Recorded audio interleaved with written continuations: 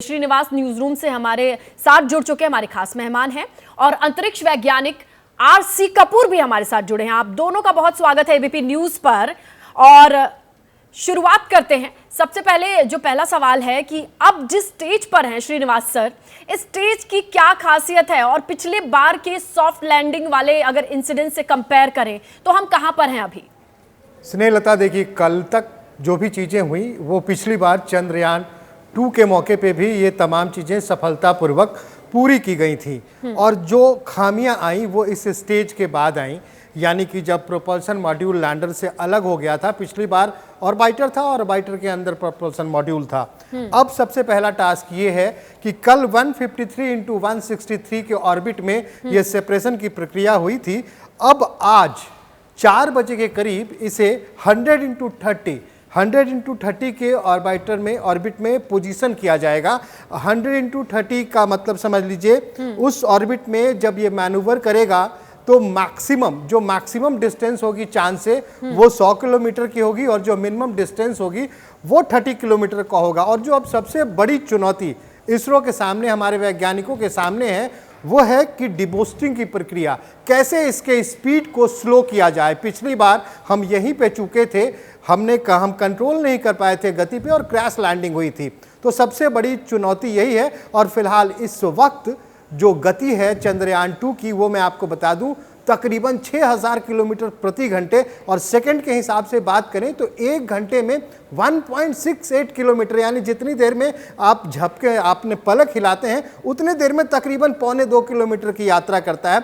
और इस स्पीड को अगले 5 दिन में तकरीबन शून्य के पास लाना है सॉफ्ट लैंडिंग के लिए। तो ये सबसे बड़ी चुनौती है। आज 4 बजे चुनौती का पहला चरण, जब इस ऑर्बिट में 100 × 30 के ऑर्बिट में पोजीशन किया जाएगा चंद्रयान 2 को। बिल्कुल, हमारे साथ अंतरिक्ष वैज्ञानिक आरसी कपूर जी भी हैं। आरसी कपूर सर, जिस तरीके से डी बूस्टिंग की प्रक्रिया शुरू की जानी है, जब चंद्रयान 3 को भेजा गया ऑर्बिट में तो 5 बार जो अर्थ बाउंड इंजन फायरिंग हुई थी कि उसको ऑर्बिट में भेजा जा सके, क्या डी बूस्टिंग की प्रक्रिया भी इसी तरीके से कई चरणों में होगी या फिर ये कंटिन्यूअस प्रोसेस है, इसमें धीरे धीरे रफ्तार कब होती रहेगी? नहीं, एक रिवर्स प्रोसेस है। मतलब जो पृथ्वी के गुरुत्वाकर्षण से बाहर निकलना था तो ऑर्बिट को बढ़ाया जा रहा था। अब चंद्रमा के गुरुत्वाकर्षण में उसके भीतर, उसके नजदीक पहुंचना है, तो उसका जो है एक किस्म से आप समझिए अब उलट किया जा रहा है। जैसे कि आपको याद होगा कि 5 अगस्त को जब ल्यूनर ऑर्बिट इंसर्शन हुआ तो जो एप्रोसेलिन था वो करीब 18,074 किलोमीटर था और जो पेरिसेलिन था वो 164 किलोमीटर था। अब जो है धीरे धीरे इसकी कक्षा जो है 5 चरणों में छोटी कर दी गई। और कल जब आपने देखा, जब ये सेपरेशन के समय जो कक्षा थी वो 163 × 153 किलोमीटर की थी। अब जो डीबूस्टिंग होनी है वो डीबूस्टिंग होनी है लैंडर के कक्षा की। जब सेपरेशन हुआ तो लैंडर और सेपरेशन के बीच में एक स्प्रिंग एक्शन भी हुआ, जिसके तहत लैंडर को 1 मीटर प्रति सेकंड की गति एक्स्ट्रा दी गई। इसका मतलब है कि दोनों के बीच में धीरे धीरे सेपरेशन बढ़ने लगा। और यद्यपि दोनों लगभग एक ही कक्षा में थे, तो अभी भी जो है कक्षा के जो पैरामीटर्स हैं वो काफ़ी समान है, लेकिन दोनों के बीच की दूरी बढ़ चुकी है। तो अब जो है आज का जो प्रयास है वो इसकी लैंडर रोवर की कक्षा को 120 × 150 किलोमीटर में लाया जाना है। ये जो है इच्छित फिगर्स हैं और इसके आसपास ही कुछ होगा। तो जब ये नई कक्षा प्राप्त हो जाएगी, उसके बाद जो उसके पैरामीटर्स हैं उनको फिर से इस्तेमाल करके एक किस्म से जो है आगे फाइन ट्यूनिंग जो है ट्रैकिंग की और कर दी जाएगी। फिर अगला चरण भी डी बूस्टिंग का है, जिसमें जो है कक्षा जैसा कि इसरो ने बताया 30 × 150 किलोमीटर की होगी।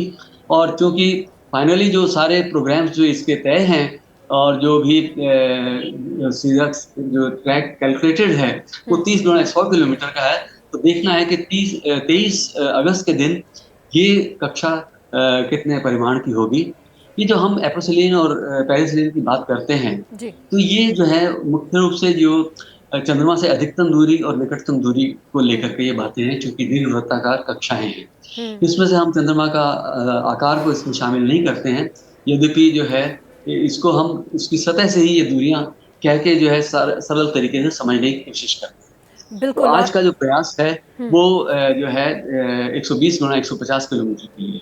बिल्कुल, ये रफ्तार धीमे धीमे कम हो जाए और इस धीमी रफ्तार के साथ सॉफ्ट लैंडिंग, जहां पर सॉफ्ट लैंडिंग में हम कामयाब नहीं हो पाए थे पिछली बार, वो चीज ना हो, इसके लिए बहुत सारी कोशिश है। इसकी डिटेल्स हम अपने दर्शकों को लगातार बताएंगे क्योंकि एक्सपर्ट्स हमारे साथ जुड़े हुए हैं। बिल्कुल, और लगातार इस बड़ी खबर पर बने हुए हैं। बड़ा महत्वपूर्ण दिन है आज चंद्रयान 3 के लिए, क्योंकि डी बूस्टिंग की प्रक्रिया शुरू होगी, यानी कि आज से चंद्रयान की जो रफ्तार है उसको कम करनी है, क्योंकि सॉफ्ट लैंडिंग ताकि सफलतापूर्वक हो सके। हमारे साथ श्रीनिवास भी बने हैं, हमारे साथ आरसी कपूर जी बने, उनके पास जाएंगे। पत्रकारिता कोई इमोशन नहीं है, ना अपना कोई ज्ञान देना है और ना कोई विचार थोपना है। पत्रकारिता क्या है?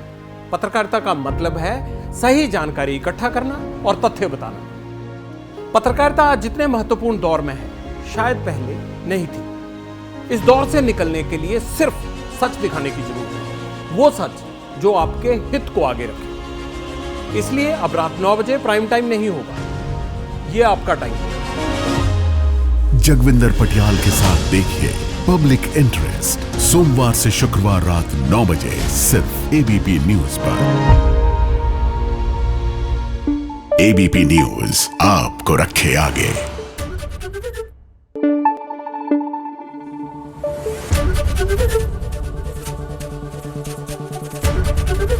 एबीपी न्यूज आपको रखे आगे।